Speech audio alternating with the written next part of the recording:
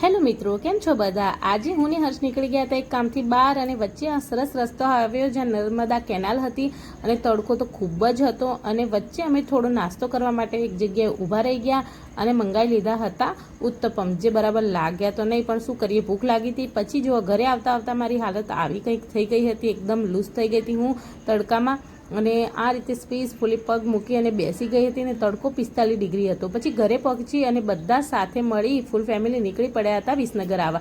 Enter થઈ ગયા હતા વિસનગરમાં અને જઈ રહ્યા હતા અમે દોયલા હનુમાન. અને જુઓ, આટલો તડકો હતો ત્યાં વિસનગરમાં તો પબ્લિક ભાઈ ફરતી જ હતી, ખરીદી કરતી હતી અને બધું જ. અને વિસનગરથી ભાઈ કોણ કોણ છે કોમેન્ટ કરીને કહેજો. જુઓ, ખૂબ જ તડકો હતો વિસનગરમાં, પણ બજારની તો વાત જ કંઈક અલગ છે. અને પછી અમે નીકળી ગયા હતા દોયલા હનુમાન જવાને. પહોંચી ગયા હતા અમે ખદલપુર દોયલા હનુમાન. આજે તો અહીંયા ખૂબ જ ભીડ હતી કારણ કે નાના છોકરાઓના વડા કર્યા હતા અને ઘણું બધું આજે હતું અહીંયા, ખબર નહીં પણ બહુ જ પબ્લિક હતી.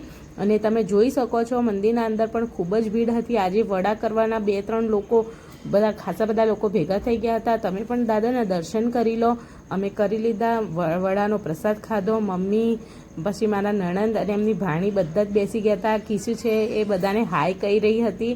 અને અહીંયા બાજુમાં વારાહી માતાનું મંદિર છે, ત્યાં દર્શન કર્યા. અને એક્ઝેક્ટ બાજુમાં છે અહીંયા વીર મહારાજનું નાની ડેરી છે. મળીએ બીજા બ્લોગ.